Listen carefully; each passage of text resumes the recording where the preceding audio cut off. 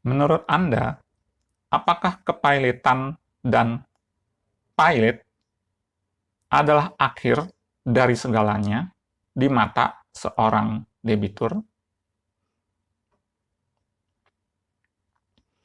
Mendirikan badan hukum PT atau perseroan terbatas bukanlah persoalan sukar. Cukup bermodalkan beberapa juta rupiah, maka siapapun dapat mendirikan PT, dan jika perlu berbagai PT. Itulah tujuan atau motif di balik manuver grup usaha mendirikan banyak PT. Sewaktu-waktu untuk mereka tumbalkan demi kepentingan sang beneficial owner. Ibarat pepatah mengatakan, mati satu, tumbuh seribu. Tepat seperti itulah yang terjadi pada pilotnya sebuah badan hukum perseroan terbatas. Lalu, apa yang perlu dikejar dari upaya mempilotkan sebuah debitur berbentuk PT bila mendirikan sebuah badan hukum PT saja demikian mudahnya di Republik ini? Sama halnya, pilotnya seorang debitur perorangan bukan dimaknai sang debitur akan dipenjara atau sejenis paksa badan dalam suatu tahanan atau sejenisnya layaknya penunggak pajak. Tidak juga dieksekusi layaknya narapidana hukuman mati. Sebagai contoh, kita semua tentu tahu tokoh besar dunia kartun dan industri animasi raksasa yang didirikan oleh Walt Disney. Kita hanya tahu nama tenar dan kesuksesan Walt Disney. Namun, adakah di antara Anda yang mengetahui bahwa Walt Disney pernah jatuh pilot pada usia 23 tahun? Entah apakah Walt Disney yang mengajukan pilot terhadap dirinya sendiri, ataukah para kreditornya yang mengajukan pilot terhadap Walt Disney. Yang jelas, ketika saat kini Walt Disney memiliki kerajaan bisnis dunia hiburan yang tidak terhitung lagi nilai asetnya yang tersebar di seluruh dunia, baik industri animasi maupun taman hiburan. Akan tetapi tiada seorang pun di antara kreditornya yang saat ini berhak menagih kembali piutang milik mereka. Semua tersapu bersih oleh sapu ajaib bernama kepailitan. Nah, kita nih menyimak dari kisah teladan Walt Disney ini, tampaknya kita dapat menarik sebuah pelajaran penting sekaligus berharga, bahwa kepailitan tidak pernah dimaknai demi keuntungan seorang atau suatu kreditor.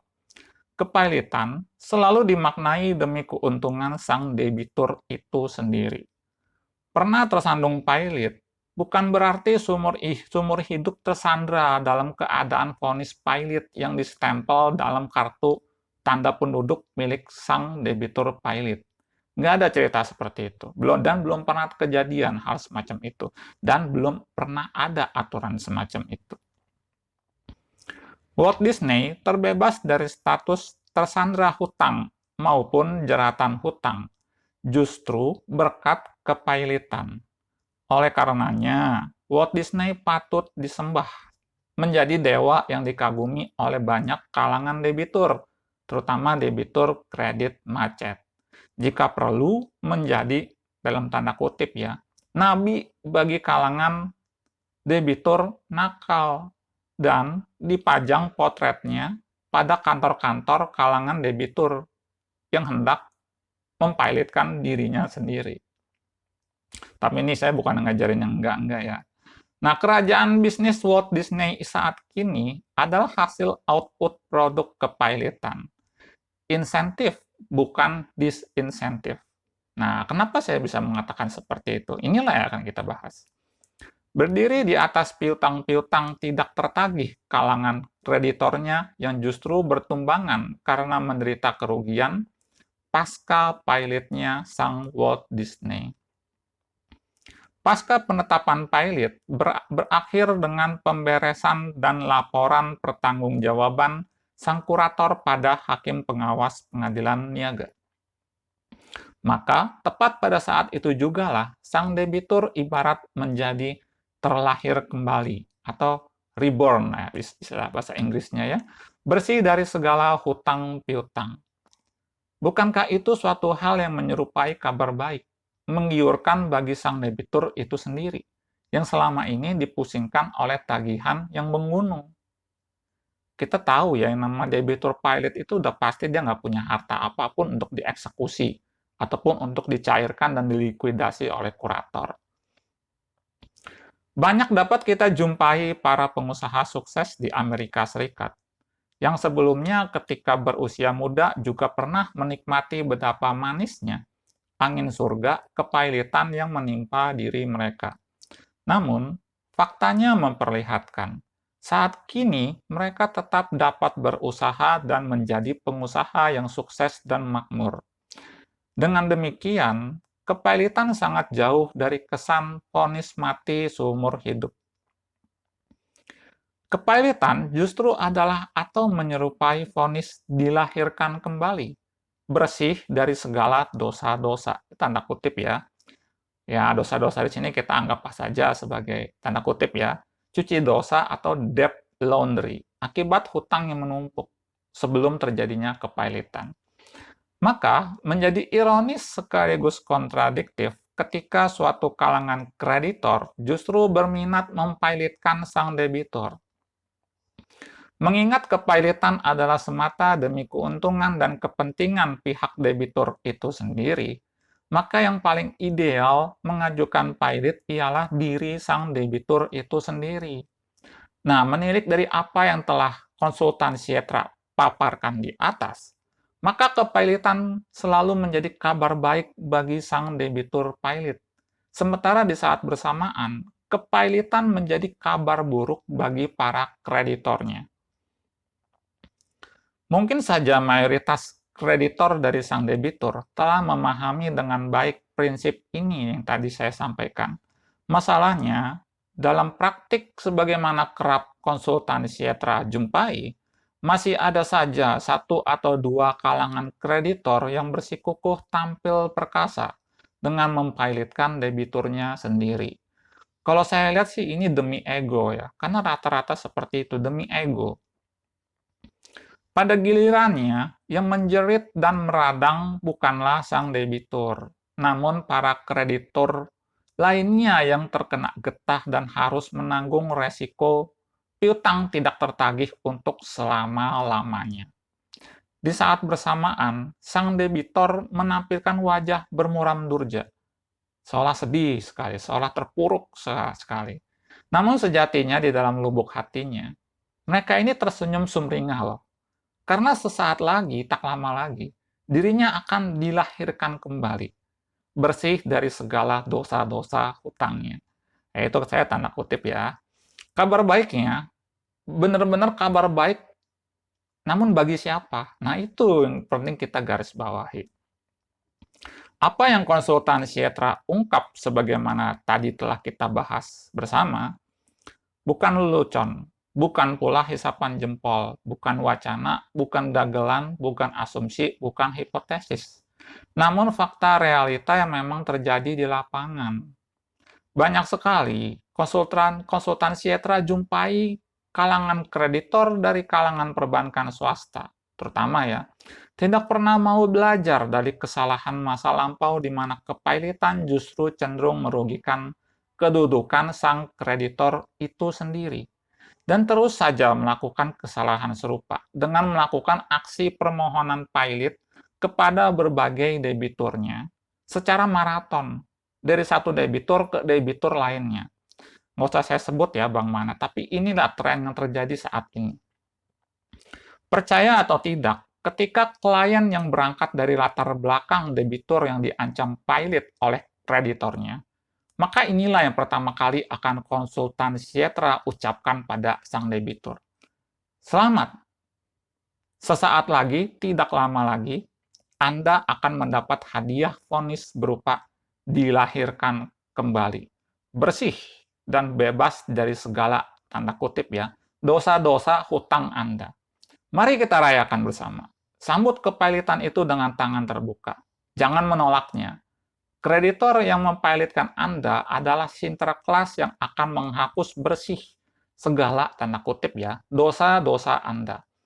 Setelah itu, barulah Anda injak pedal gas akselerasi untuk membangun kerajaan bisnis Anda dari nol, tanpa lagi perlu dipusingkan oleh tagihan-tagihan hutang Anda yang telah menumpuk. Nah, debitur biasanya menjawab seperti ini. Wah, itu kabar baik. Ya tentu saja. Nah, apakah konsultan Sejahtera tampak seperti seorang devil consultant? Ya, bagi konsultan Sejahtera, sang kreditor yang mengajukan pilot terhadap debitornya hanya paling berhak mempersalahkan kecerobohan dirinya sendiri yang secara gegabah mempilotkan debitornya tanpa mau melihat konsekuensi ataupun konsekuensi yuridis yang menunggu di kemudian hari di baliknya sebagai konsekuensi logisnya. Sang kreditor tersebut hanya patut menggugat kecerobohan dirinya sendiri.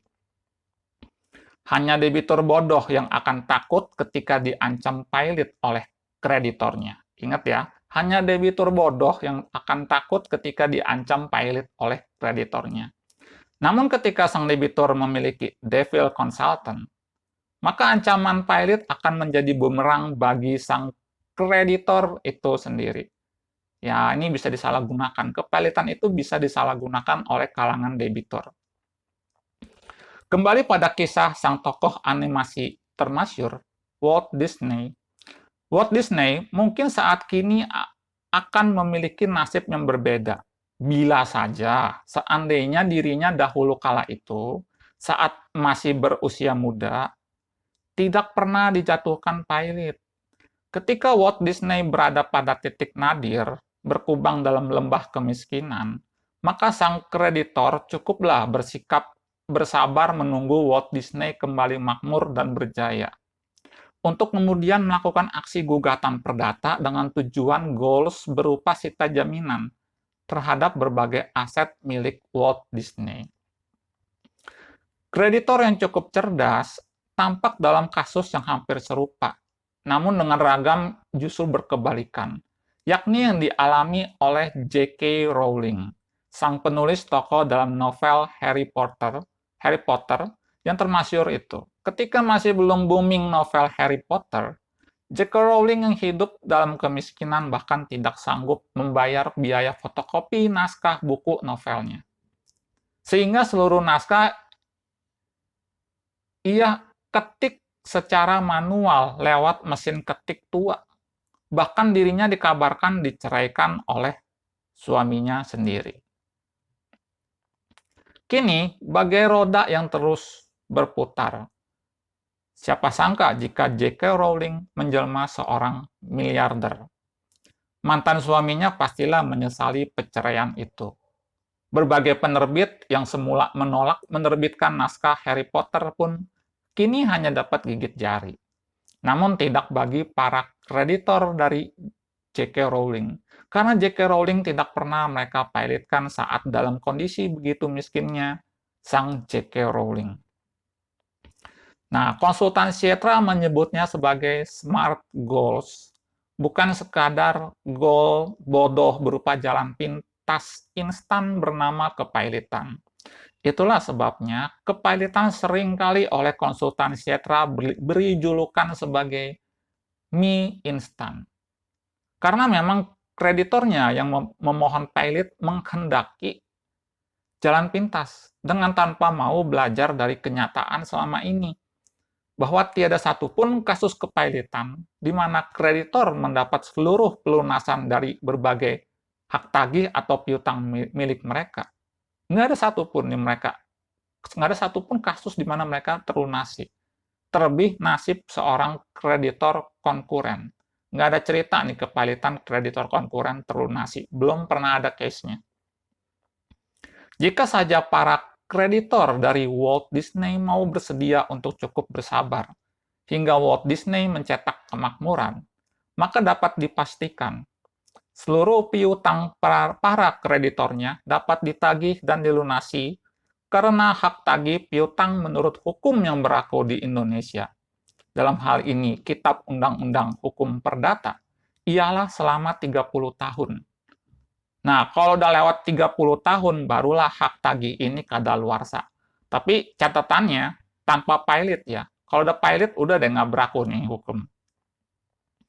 Sementara atau sebaliknya, ketika dipilih opsi kepilotan, maka pasca pemberesan yang dilakukan oleh pihak kurator dan mendapat fee kurator dari hasil likuidasi aset milik debitur, yang tentunya sudah nol besar atau sekedar sisa-sisa remah, maka piutang yang tidak tertagih dan tidak terbayarkan akan selamanya hapus, selama-lamanya hapus, gugur, terkubur, serta tidak lagi dapat ditagih untuk seumur hidup sang debitur. Itulah yang kemudian menjadi bahan bakar bagi Walt Disney untuk kembali memulai bisnis dari nol, karena beban pada pundak atau bahunya telah bebas dari segala hutang-hutang maupun segala gangguan debt collector. Mengingat dirinya telah pernah dinyatakan pilot, sehingga langkah kakinya menjadi demikian ringan. Ini pasca pilot ya, saya sebut pasca pilot. Hal tersebut pernah dipilotkan juga menjadi alibi sempurna bagi Walt Disney untuk berkilah dan berlindung di balik kepilotan yang pernah menimpa dirinya. Semenjak saat jadi pilotkan itulah, atau lebih tepatnya pasca jadi pilotkan itulah, Walt Disney bebas menghimpun berbagai harta dan aset kekayaan tanpa lagi dapat diganggu-gugat oleh para mantan kreditornya yang saat kini hanya dapat gigit jari. Itulah sebabnya konsultan Sietra menyebut para kreditor ini tuh bodoh.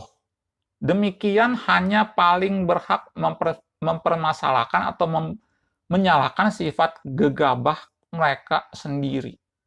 Terbukti bahwa Walt Disney memang jenius dalam memainkan hukum bisnis, terutama kepilotan. Ucapan selamat untuk Anda, wahai Walt Disney, nabi para debitur. Kabar berita mengenai sejarah pilotnya Walt Disney pada usia 23 tahun sebenarnya sudah merupakan rahasia umum. Hanya saja, tidak banyak anggota masyarakat kita yang mau belajar dari teladan yang diberikan oleh sang Walt Disney. Teladannya tanda kutip ya. Maka, tiada beban moral apapun bagi konsultan Sietra saat bahasan ini disusun.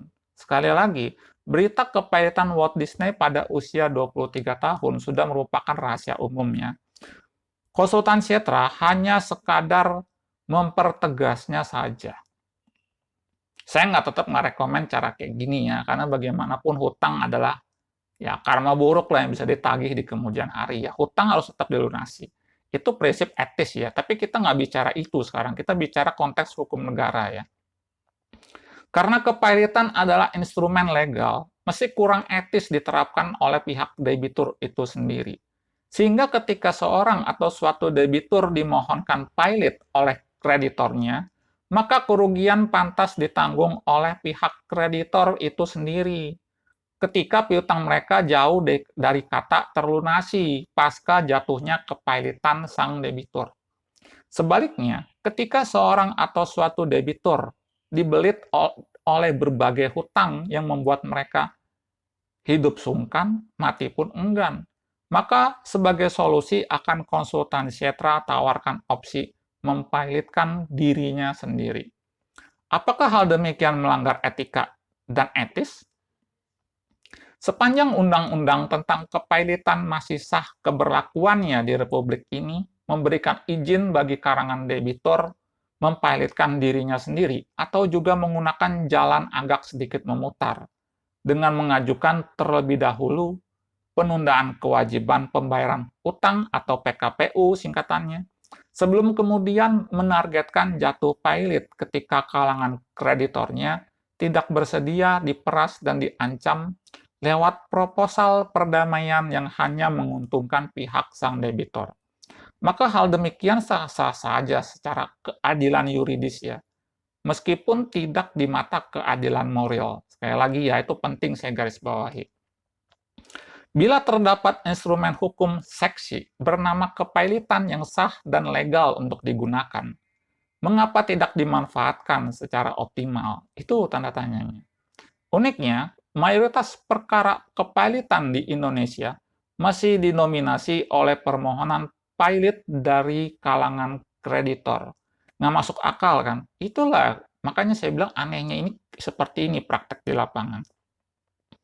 Mereka, kalangan debitur, yang tidak mengetahui konsekuensi yuridis di balik kepailitan akan berkeringat dingin ketika diancam pailit oleh kreditornya. Sebaliknya, debitur yang lebih cerdas justru akan menantang kreditornya untuk mempailitkan dirinya. Nah, maksudnya untuk mempailitkan sang debitur itu sendiri dan membuat kreditornya berbalik menjadi berkeringat dingin. Sebagaimana dapat kini kita lihat bersama, pengetahuan hukum menjadi demikian penting dan vital dalam arus lalu lintas bisnis. Mereka, kalangan debitor yang mengetahui tentang aturan hukum kepailitan, cenderung merasa bebas dari segala bentuk rasa takut terhadap ancaman dijatuhkan ke dalam keadaan pailit. Sebaliknya, kalangan kreditor yang cenderung gegabah dalam memahami hukum kepailitan merasa di atas angin dengan mengancam akan mempailitkan debitornya. Debitur manapun, faktanya hanya berpura-pura ketakutan ketika divonis pailit.